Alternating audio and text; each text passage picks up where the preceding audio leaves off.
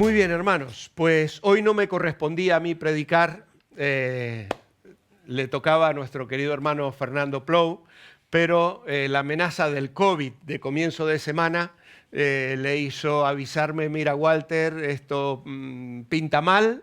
Ya había recibido esa visita en casa, eh, y...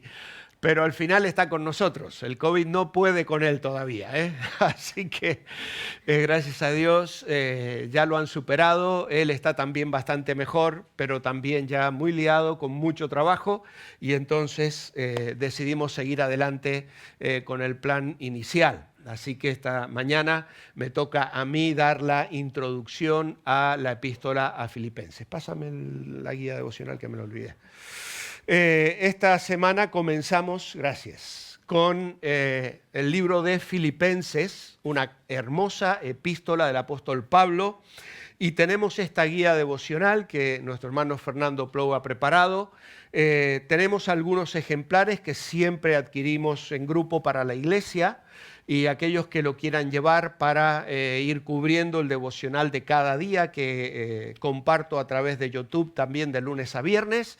Y podéis seguir el devocional, podéis escribir vuestras reflexiones, y también tenéis unas hojas dispuestas para tomar los apuntes del mensaje que se da cada domingo aquí, porque cada domingo predicamos sobre el tema que luego desarrollamos en la semana. Así que podéis luego, a los que están en la puerta, pedirles el devocional. Podéis adquirirlo. Si alguien no lo puede pagar, que lo pida y lo lleve también. Estamos encantados de que lo llevéis. Y los que estáis lejos, lo podéis solicitar en Amazon. Allí en la descripción de los devocionales está el enlace para que los hermanos de otros países también lo puedan adquirir. La epístola a los Filipenses es una carta preciosa. La hemos meditado en varias ocasiones en nuestra iglesia, y vamos a dedicar el verano para volver a repasarla, estudiarla, meditar en ella, hasta que iniciemos luego la nueva temporada en los primeros días de octubre. La epístola a los Filipenses comienza con Pablo y Timoteo saludando a aquella amada iglesia, y Pablo presenta a Timoteo como el emisor también de la carta, pero luego al siguiente renglón ya comienza a hablar en forma personal. Por lo tanto, entendemos que el autor es Pablo, que ha recibido obviamente ayuda de Timoteo, pero él es el autor de la carta. Luego él está hablando a lo largo de la carta de sus prisiones. Él estaba probablemente en ese momento preso en Roma.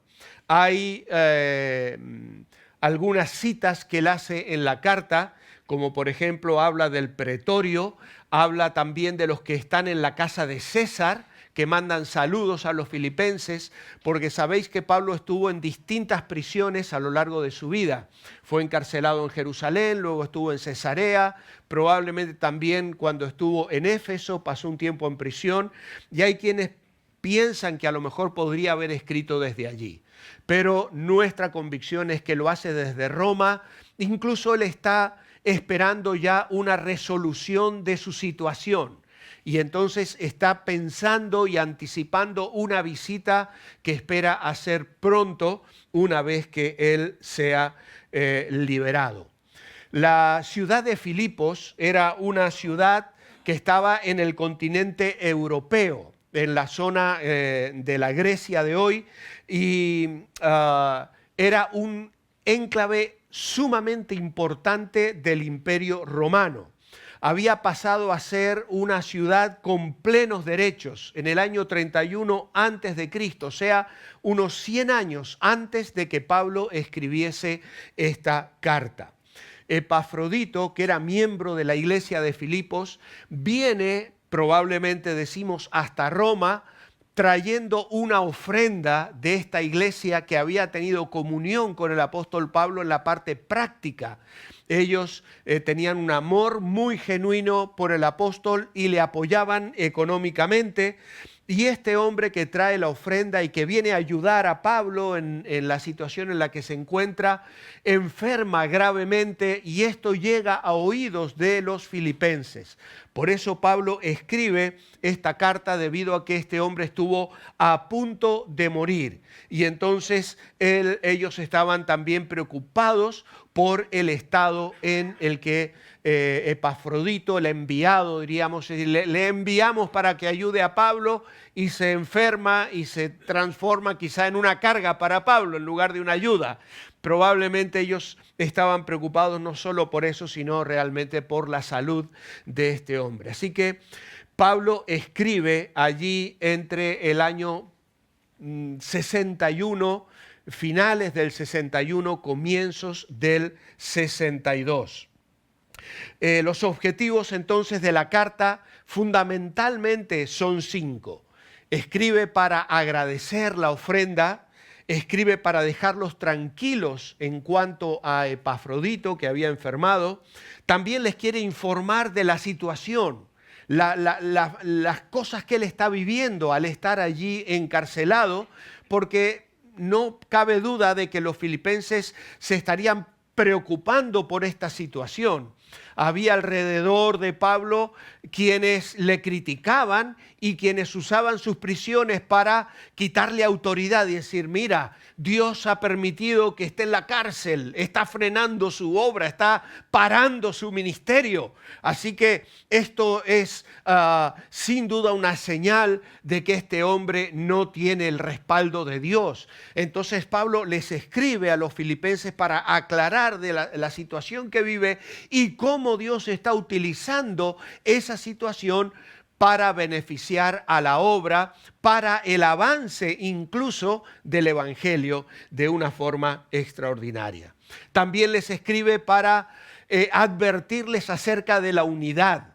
Había algunos pequeños roces entre algunos miembros de la iglesia y también enseñarles sobre o advertirles acerca de una enseñanza falsa que estaba surgiendo en aquel momento y que no afectaba directamente a la iglesia, porque la iglesia de Filipos probablemente tenía muy poquitos conversos judíos, estaba más bien conformada por gentiles. Incluso probablemente no conocían mucho el Antiguo Testamento. No hay citas ni referencias al Antiguo Testamento en la carta de Filipenses. ¿Por qué? Porque probablemente eran muchos gentiles que no conocían el Antiguo Testamento, pero ya venían detrás de Pablo los judaizantes, aquellos que decían, hay que cumplir la ley, está bien aceptar a Cristo, pero tenemos que guardar las reglas de la ley, y aplicaban ciertos ritos judíos que pretendían que los gentiles también los guardaran. Por esa razón entonces Pablo les escribe. No hay correcciones doctrinales en esta carta. Por ejemplo, a los corintios les tiene que reñir y corregir errores de doctrina. En Filipenses no existe esto. Tampoco Pablo hace una defensa de él mismo ni de su ministerio, simplemente habla de la situación y las circunstancias que lo rodean. Pero a los tesalonicenses, por ejemplo, tiene que escribirles y hablar del respaldo y la autoridad que él tenía para comunicar el Evangelio. Esto no sucede en esta carta de Filipos. Así que Filipenses es una carta para leer en vacaciones, realmente, porque no hay reproches, no hay correcciones serias. Es una carta para relajarte, para disfrutar, para aprender, para valorar muchas cosas. Es una carta preciosa, es la carta del corazón de un pastor que ama a la iglesia y entonces les escribe con términos muy cercanos, de mucho aliento y de mucha bendición. Por lo tanto, allí Fer ha ido poniendo estos objetivos y la idea principal que quiero dejar con vosotros, aunque luego a lo largo de las semanas esto se irá matizando, es muy cortita. La idea principal de la epístola a los Filipenses es: un sentir semejante al de Cristo es lo que promueve el gozo y la unidad en la vida cristiana. Así que, amados hermanos, ¿qué os parece si esta pequeña definición es, diríamos, un desafío para este verano? Como iglesia vamos a estar mirando Filipenses y vamos a estar preguntándonos cuál es el sentir de nuestro corazón. ¿Es semejante al de Cristo? Si nuestro sentir es semejante al de Cristo, eso va a promover en nosotros el gozo y la unidad en la vida cristiana, en la vida de la iglesia, en el hogar. Y esto es sin duda algo muy bonito y muy especial que esperamos sea una bendición para todos nosotros. Pero para entrar en esta epístola, que va a ser verdaderamente apasionante, queremos retrotraernos a 10 años antes. 10 años antes de que Pablo escribiera la epístola a los filipenses, tenemos que ir a Hechos capítulo 16, que va a ser nuestro tema y vamos a sobrevolarlo muy rápidamente esta mañana. Hechos capítulo 16 le hemos titulado Necesitamos ayuda. Necesitamos ayuda. Es el título que he sentido poner en mi corazón. ¿Por qué? Porque vamos a ver cómo Pablo tiene una visión de un varón macedonio, que es la zona de Filipos, que le decía a Pablo, pasa a Macedonia y ayúdanos. Pasa a Macedonia y ayúdanos. Esto nos habla de cómo Dios trabaja en la vida de su siervo para guiarle en una dirección. En un momento en que ellos sentían poca claridad acerca de hacia dónde dirigir sus pasos en el ministerio. Y dice que Dios le da a Pablo una visión. Y a mí me hace pensar esto, me hizo pensar cuando comencé a leer y releer este capítulo, en que este es la forma en que Dios ve a los humanos. En este caso eran los macedonios, ¿no? Pero era una visión que viene de parte de Dios diciéndole a Pablo, Pablo, ven aquí, necesitamos ayuda, necesitamos auxilio, necesitamos que vengas, porque tú tienes algo que es imperiosamente necesario para nosotros. ¿Y qué es ese algo que Pablo tenía para llevar a los filipenses y a los macedonios? Pues lo que Pablo había recibido de parte de Dios, el Evangelio de Jesucristo. El Evangelio de Jesucristo. Pablo era un portavoz, era un embajador en nombre de Cristo. Él tenía el Evangelio para llevar a las almas perdidas, personas que estaban sin Dios, sin Cristo y sin esperanza.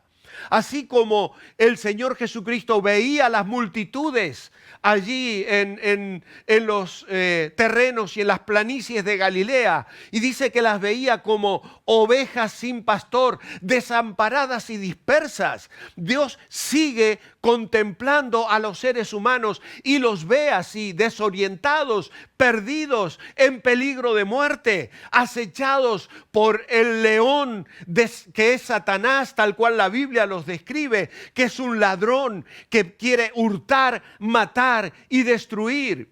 Dios mira a los seres humanos y los ve en esa condición y le dice a su siervo, pasa a Macedonia y ayúdales, llévales el Evangelio.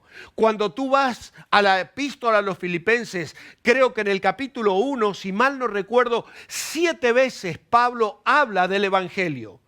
Habla del Evangelio como parte de su vida. Habla del Evangelio como la comunión que los filipenses están teniendo con él en el contexto de la ofrenda que le han enviado. Y dice, tenéis comunión conmigo en el Evangelio, porque el Evangelio era la atmósfera en la que Pablo vivía.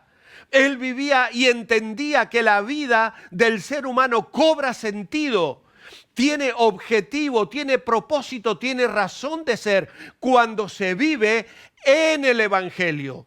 No hay área de nuestra vida que pueda quedar fuera del Evangelio. No hay ningún rincón, ninguna situación, ninguna circunstancia donde el Evangelio no repercuta en la experiencia personal de una persona que ha conocido a Cristo, que lo ha invitado a entrar en su vida como su Señor y Salvador. Nuestra vida queda afectada completamente.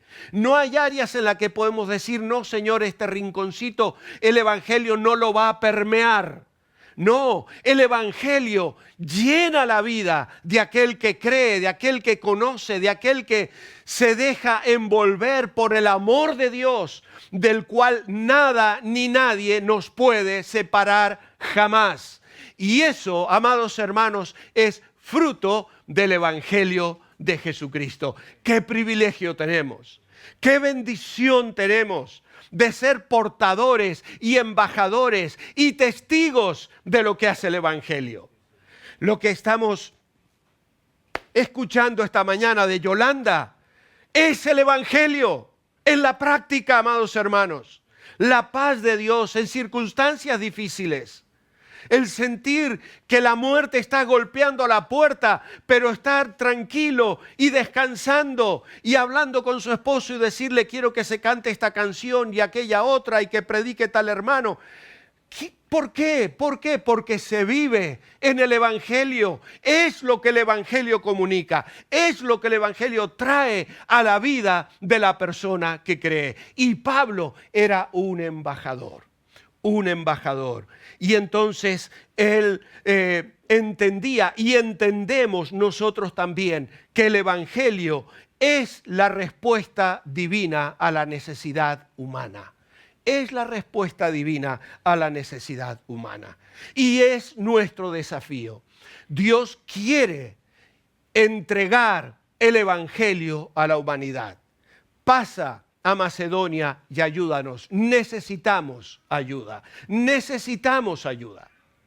Pero para ayudar, en primer lugar, y ahora sí comenzamos a sobrevolar el capítulo 16, para ayudar, ¿qué se necesitan? Personas.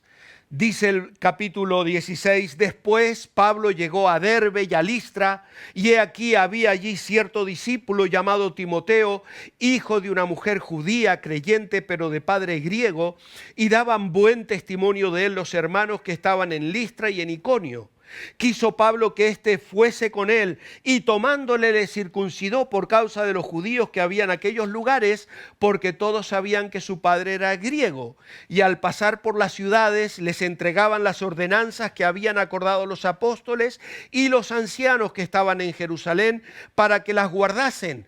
Así que las iglesias eran confirmadas en la fe y aumentaban en número cada día.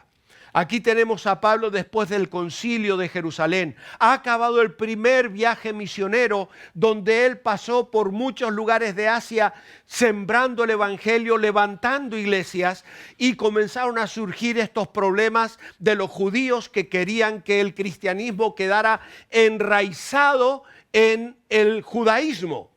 Y entonces la iglesia se reúne y toma decisiones trascendentales en el capítulo 15.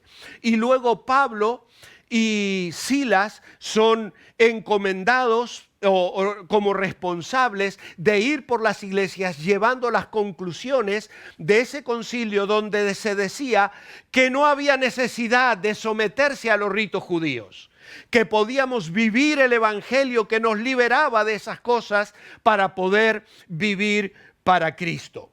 Ahora, en Hechos capítulo 15, versículo 36, dice que Pablo después de algunos días dijo a Bernabé, volvamos a visitar a los hermanos en todas las ciudades que hemos anunciado la palabra de Dios para ver cómo están. Yo no sé si todos lo sabéis, pero en el primer viaje misionero que comienza en el capítulo 13 del libro de Hechos, dice la Biblia que fue el Espíritu Santo que habló al consejo de ancianos de la iglesia en Antioquía y les dijo, separadme a Pablo, a Saulo y a Bernabé para la obra a la que los he llamado. Y entonces ellos reciben la bendición, la oración de aquel cuerpo de ancianos y salen a predicar el evangelio y realizan el primer viaje misionero del apóstol Pablo. Ahora han regresado, han estado en el concilio de Jerusalén, se han tomado ciertas conclusiones y ahora ya no es necesario que el Espíritu diga nada. Pablo, que vive el evangelio, que está consagrado al evangelio, siente una carga en su corazón, en su ser interior, de seguir adelante en la obra de Dios. Es decir, hermanos, hay situaciones en la vida que son una especie de bisagra, ¿no? Tomo una determinación, siento que Dios me guía. Es decir, hace 28 años, vamos a hacer ahora en el mes de septiembre, el Señor trabajó en nuestra vida para mostrarnos a él y a mí que Dios nos llamaba a venir a trabajar en España. Ese fue un momento bisagra. Dios trabajó en nuestra vida pasando la página de 10 años de ministerio en Argentina para que comenzáramos una nueva etapa y usó determinadas maneras para hablar a nuestro corazón y mostrarnos que esa era su voluntad. Pero ahora yo no me levanto cada mañana y le digo, Señor, ¿está bien que esté aquí en España? No, ahora me levanto cada mañana sirviendo al Señor en España, deseoso de hacer su voluntad. Y a lo largo de estos 28 años hubo otras tantas determinaciones que hemos tenido que tomar. Pero ya no necesitamos algo tan especial que marcase un antes y un después, sino que la vida está en el servicio, en el ministerio. Estamos allí sirviendo al Señor, intentando hacerlo en el evangelio, en la voluntad del Señor. Y esto es lo que pasa precisamente con Pablo y Bernabé. Ellos ya no reciben un llamado ni una cosa muy especial. Sencillamente se levanta una mañana Pablo y siente una carga tremenda y le dice a Bernabé, mira Bernabé, volvamos a visitar a los hermanos, hay que ver cómo están. Hemos estado entre ellos unos años, hemos sembrado el evangelio, ahora tenemos que ir y seguir con esa labor. Luego con Bernabé surge una discrepancia, Bernabé se va con Juan Marcos por otro camino y él escoge a Silas y llega aquí a donde dice Derbe y Listra, y allí se encuentra con Timoteo. Timoteo era un joven aproximadamente de 18 años en ese momento, más o menos, fruto del primer viaje misionero. Pablo en su primera carta, capítulo 1, le va a llamar verdadero hijo en la fe. Es decir, como fruto de aquel trabajo inicial en el primer viaje misionero, Pablo llega a visitar esta iglesia y allí le hablan bien de este joven. Un joven con carácter, un joven con un corazón de amor por Dios y por su obra, que había nacido de un padre griego y una madre judía y que había recibido una formación espiritual que luego en su primera y segunda carta Pablo va a dar ciertos detalles de la vida de este joven y dice que su madre se llamaba Eunice, su abuela Loida, y cuando Pablo le escribe 12 años después, le dice a Timoteo, ninguno tenga en poco tu juventud. O sea que aquí era un muchachito de unos 18 años. 12 años después ya sería todo un pastor de unos 30, 32 años y ahí está Timoteo sirviendo al Señor y llevando adelante la obra pastoral. Pero ¿qué sucede? Pablo tenía una visión. Su estrategia era ir al pueblo judío primero y visitar sinagogas. Y parece una contradicción porque Pablo va con las cartas del concilio diciendo no hay que guardar las leyes judías. ¿Y qué es lo primero que hace? Toma a Timoteo y lo circuncida. Y uno dice, pero vamos a ver, Pablo, ¿quién te entiende? Bueno, pues lo que Pablo estaba haciendo era en beneficio de la obra. No circuncida a Timoteo para salvación. No es lo que los judaizantes decían, si quieren ser salvos, tienen que pasar por ese rito judío, de ninguna manera. Lo que Pablo estaba diciendo, si Timoteo viene conmigo, no va a poder entrar en las sinagogas.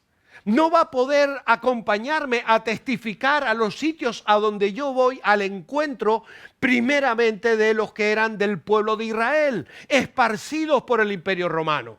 Y entonces Pablo lo que está poniendo es la prioridad del ministerio. Y entonces somete a Timoteo a ese rito para que no sea un estorbo, sino que las puertas del evangelio se puedan abrir de modo tal que todo el equipo misionero pueda ir adelante llevando el mensaje de salvación.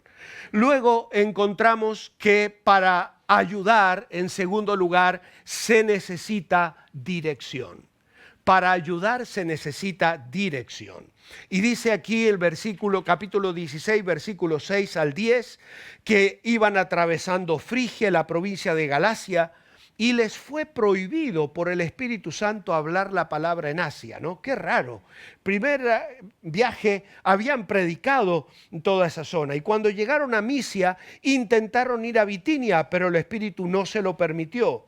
Y pasando junto a Misia descendieron a Troas y se le mostró a Pablo en visión de noche un varón macedonio que estaba en pie rogándole y diciendo: pasa Macedonia y ayúdanos. Cuando vio la visión, enseguida procuramos partir para Macedonia, dando por cierto que Dios nos llamaba para que les anunciásemos el Evangelio. Para ayudar se necesita dirección. No podemos nosotros explicar claramente por qué esta orden del Espíritu Santo le llegó. Tal vez por medio de un profeta, no sabemos de qué manera el relato del libro de Hechos no lo aclara.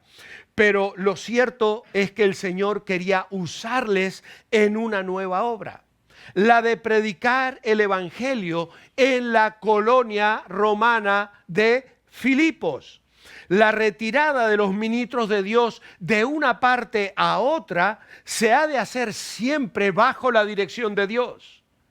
Es cuando Dios pone cargas en el corazón. Es cuando Dios de pronto comienza a dar una visión y alguien viene y dice: pastor, estoy pensando en que hay una aldea o una ciudad donde no hay testimonio. Estoy orando por ella. ¿Por qué la iglesia no piensa en un avance, en una extensión, en ver cómo podemos trabajar en esa localidad para llevar el evangelio allí y ganar personas para Cristo? Dios trabaja de esa manera. La iglesia tiene que extenderse y ellos reciben de parte de Dios esta dirección en una visión extraordinaria para tomar el camino de Filipos. Ahora, hay una cosa muy importante aquí en el versículo 10 y es que comienza a hablar en primera persona. Dice el escritor de Hechos, que es Lucas, el que escribió el Evangelio de Lucas, es el escritor de los Hechos a los Apóstoles. Y dice: cuando vio la visión, enseguida procuramos partir para Macedonia. Así que allí en Derbe y Listra, Pablo conforma el equipo misionero, Pablo, Silas, Timoteo, y ahora hay otro más, un cuarto personaje que es Lucas. Y vais a ir, si leéis con atención Lucas, vais a ir viendo cómo luego él vuelve a la tercera persona. Incluso cuando sale Pablo de Filipos, Lucas va a decir que Pablo y Silas se fueron.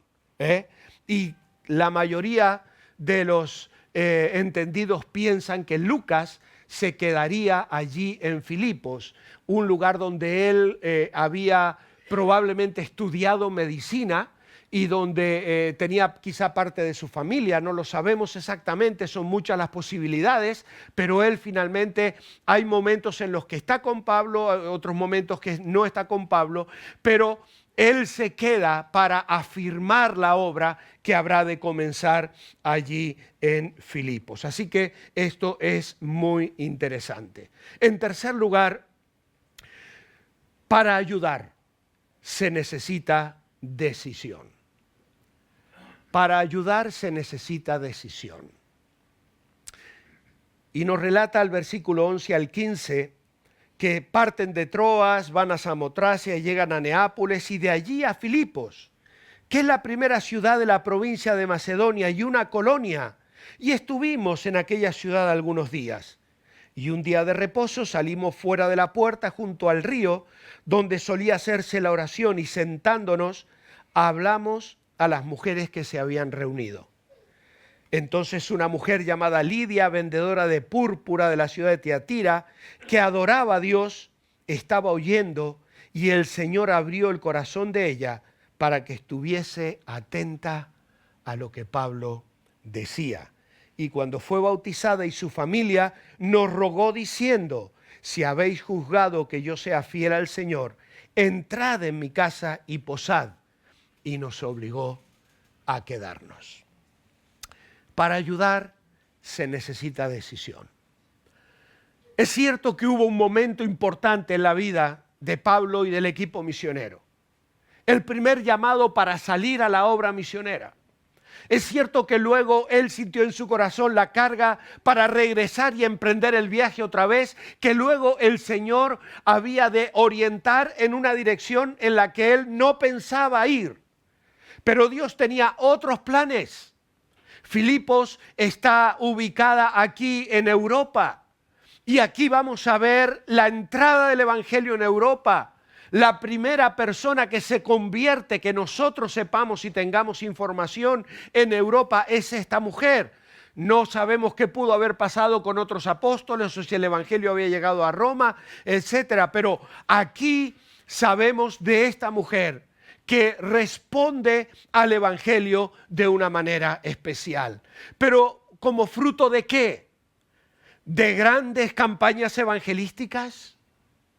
¿De medios para publicar? ¿Han llegado los misioneros? Prestad atención que van a dar una conferencia en la Acrópolis o en el teatro de Filipos.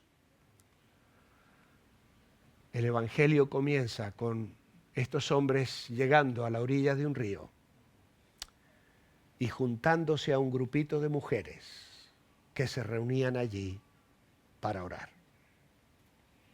Qué tremendo, hermanos, qué tremendo. Es que hablar de Cristo es lo más sencillo que hay. Es que llevar el Evangelio no implica ni dinero, ni gastos, ni organizaciones enormes. Es llegar junto a las personas y compartirles a Cristo. Y cuando el Señor encuentra personas que tienen esa disposición de ir, Dios prepara encuentros sobrenaturales. Y Dios trabaja. Cuando tú le hablas a alguien de Cristo, Dios está obrando en el corazón de las personas. ¿Conoces ese privilegio, hermano, hermana? ¿Eres consciente de que no se trata de grandes organizaciones ni de grandes programaciones? Se trata de aprovechar la oportunidad de hablar de Jesús a la persona que Dios pone cerca de ti. En un momento en que la persona tenga esa necesidad, nosotros tenemos que dar esa respuesta. Dios es el que se anticipa y prepara el corazón, como lo hace en el corazón de Lidia. Y ese no es nuestro problema. No es nuestro problema. Nuestro problema es la falta de decisión, nuestra cobardía, nuestra sequía espiritual, nuestra falta de ganas de hablar de Cristo. El problema de la iglesia hoy es el no tomar la decisión de hacerlo. Hay que hablar de Jesús a la gente. Hay que decirle que Dios le ama. Hay que entregarle un folleto. Hay que decirle, el mundo está patas para arriba, pero hay una fe, hay una convicción, hay una esperanza, hay una seguridad, hay una respuesta. Está en Cristo y es todo lo que tenemos que hacer. Lo demás corre por cuenta del Señor, no es problema nuestro, amados hermanos. Tomemos la decisión. Me dirá, bueno, pero Pablo era un misionero, Pablo estaba de viaje, ¿cómo no iba a hacer él eso? Sí, obviamente, es cierto que hay personas que están llamadas y que dejan su familia y salen al campo misionero. Pero el Señor Jesucristo lo aclaró y le dijo a los discípulos: me seréis testigos en Jerusalén, en Judea, en Samaria, hasta lo último de la tierra. La iglesia que pertenece al reino de Dios es un ejército de misioneros que aprovechan cada ocasión, que toman con valentía la decisión de hablar de Cristo en cualquier momento y en cualquier lugar. Y esto es precisamente lo que encontramos aquí. Ellos toman la decisión de hablar allí en Filipos y llevar a estas personas a los pies del Señor. Pero luego, para ayudar se necesita valentía. Porque luego de esa bendición de bautizar personas, de entrar en la casa de Lidia, una mujer acaudalada, una mujer con cierto prestigio en la ciudad de Filipos, y ver el gozo de cómo el evangelio comienza a prosperar, inmediatamente el enemigo se levanta. El enemigo quiere frenar, el enemigo quiere detener la obra de Dios. Y entonces hay una mujer, una pitonisa, una persona que adivinaba el futuro de las personas y que en realidad era una esclava de unos amos que la explotaban comercialmente. Y esta mujer iba detrás de Pablo y de los misioneros cada día diciendo: estos son siervos de Dios Altísimo, que os anuncian el camino de la salvación. Y esto lo hacía día tras día tras día. Y Pablo dice que aguantó unos días, pero llegó un momento en que dijo: no, basta, esto no puede ser más. No puede ser más. ¿Por qué? Porque aunque aquella mujer decía una verdad, sus labios eran impuros. Aunque aquella mujer proclamaba una verdad, la autoridad que tenía para hacerlo comprometía la verdad del evangelio y confundiría a las personas para terminar pensando: bueno, al final no es nada más que otra cosa parecida, que es una de las luchas que tenemos hoy en día cuando hablamos de Jesús. Bueno, somos todos iguales. Al final hoy el sincretismo, todos musulmanes, tal... Todo el que es fiel a lo que cree se va a encontrar un día en la presencia de Dios. Y así negamos el evangelio y nos olvidamos que Jesús dijo: yo soy el camino, la verdad y la vida. Nadie viene al Padre sino por mí. Y la actividad de esta mujer nos muestra la inseguridad de los seres humanos. Cómo la gente está ávida de saber el futuro, de saber qué le va a pasar, de si le va a ir bien comercialmente, si lo van a despedir o no del trabajo, si le va a ir bien en el amor. Y leen los horóscopos y miran en las televisiones a estos brujos y pitonisas que están echando las cartas y los caracoles y hablando y diciéndole: te va a pasar esto, te va a pasar aquello. Eso no es nada nuevo. No es nada nuevo. El ser humano se vuelve a eso por su debilidad, por su inseguridad, por su temor. Levantan los ojos y miran a las estrellas y no entienden que el único mensaje que las estrellas transmiten para el ser humano no es que eres de Virgo, de Leo, de Capricornio o de lo que sea. No, eso es mentira. Las estrellas lo único que nos dicen es la gloria de Dios, y el firmamento anuncia la obra de sus manos. No hay otra cosa, hermanos. Ese es el evangelio de Cristo, el que nosotros tenemos para proclamar, el que da seguridad, esperanza, bendición, vida, certeza a las personas que abrazan el evangelio de Jesucristo. Pero hay que ser valiente, porque estas personas cogen a Pablo y a Silas y le llevan ante los magistrados y no dicen: ha liberado a esta mujer que estaba esclava nuestra y a la que explotábamos comercialmente. No, ¿sabéis qué dicen? Dicen: estos hombres judíos están enseñando prácticas que no son buenas para nuestra sociedad, a nosotros que somos ciudadanos romanos. ¿Sabéis? Filipos era una ciudad donde se había librado una batalla clave para el establecimiento del Imperio Romano unos 30 años antes de Cristo y había obtenido la ciudadanía romana. Entonces los filipenses estaban exentos de ciertos impuestos, no recibían azotes y tenían ciertos privilegios. Por eso ellos acusan a Pablo y a Silas de esto, y los magistrados, sin investigar y motivados por un celo lleno de ignorancia, azotan a Pablo y a Silas y los encarcelan en el calabozo más profundo del que nos hablaba Marcos. El enemigo, que no puede frenar a la obra de Dios, cerrando el corazón de Lidia, ni impidiendo que la mujer pitonisa sea liberada, ahora usa otra estrategia de violencia para intentar frenar el trabajo y el ministerio del Evangelio.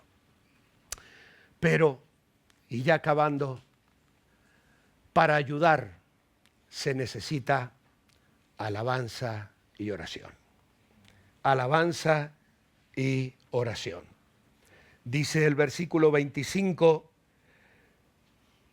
pero a medianoche, orando Pablo y Silas, cantaban himnos a Dios y los presos los oían. Y sobrevino de repente un gran terremoto, de tal manera que los cimientos de la cárcel se sacudían, y al instante se abrieron todas las puertas y las cadenas de todos se soltaron. Y despertando el carcelero y viendo abiertas las puertas de la cárcel, sacó la espada y se iba a matar, pensando que los presos habían huido. Mas Pablo clamó a gran voz diciendo: no te hagas ningún mal, pues todos estamos aquí.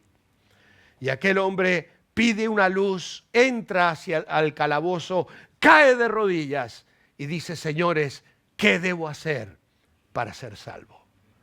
El Dios Todopoderoso, que abrió el corazón de Lidia, que liberó a la pitonisa, que abre las puertas de la cárcel, rompe las cadenas, abre también el corazón del carcelero para que invoque el nombre del Señor. Un hombre rudo, un hombre probablemente ya en su etapa de jubilación del imperio romano, del ejército romano, que obviamente estaba allí no porque era bueno ni porque trataba bien a la gente. Era un carcelero que trataba con delincuentes y que trató con gravedad y dureza a los siervos de Dios. Ahora es un ser humano transformado por el poder del Evangelio. Es que Dios hace cosas maravillosas en el corazón de las personas. Y dice que llevándolos a su casa, les puso la mesa y se regocijó con toda su casa de haber creído a Dios.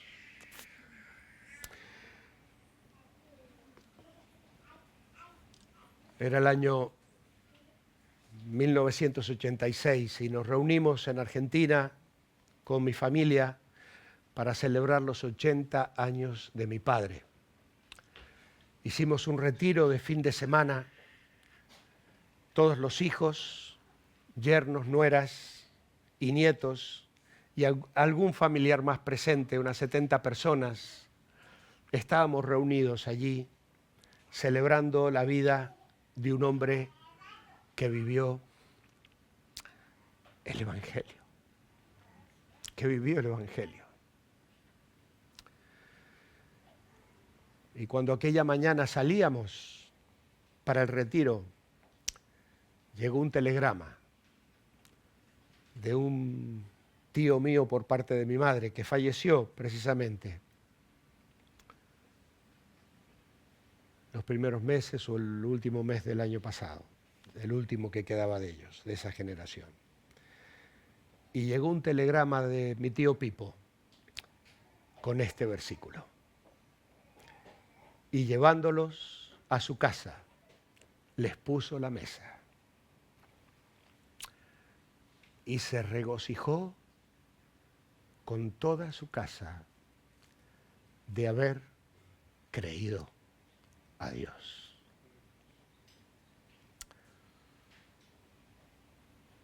No hay mayor bendición.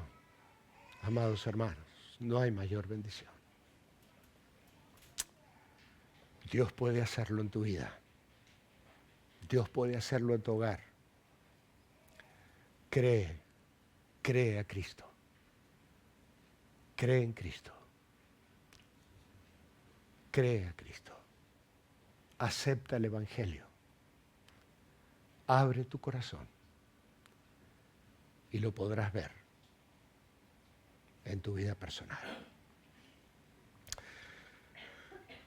Vamos a inclinar nuestros rostros para orar.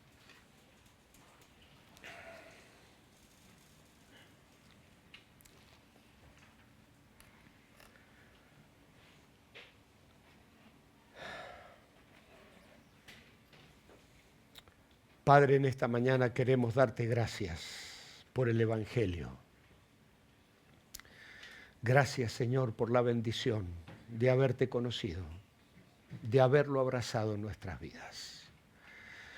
Señor, yo te ruego por cada familia aquí representada, que cada uno, Señor, de los que está aquí en esta mañana pueda tener esa experiencia bendita de regocijarse con los suyos de haberte creído a ti. Trae salvación, Señor, trae salvación. Yo sé que hay hermanos y hermanas aquí que claman por sus esposos, por sus hijos, por sus nietos, por sus seres queridos que todavía no han venido a Cristo. Señor, hazlo en sus vidas, dales el gozo de ver sus familias venir a los pies de Jesús. Vivimos en el tiempo de la gracia. Es un tiempo de oportunidad, Señor. Es un tiempo para hablar del Evangelio y queremos hacerlo, Señor, en esta mañana y en cada momento en nuestras vidas. Oh Señor, danos el gozo de ver salvación y más salvación en familias a nuestro alrededor, en Cangas, en Bueu, en la península del Morrazo, en España, en el mundo, Señor. Ver miles y miles de almas que se acogen bajo el poder y la eficacia de un evangelio que salva y transforma. Lo pedimos hoy en el nombre del Señor Jesucristo. Amén y amén.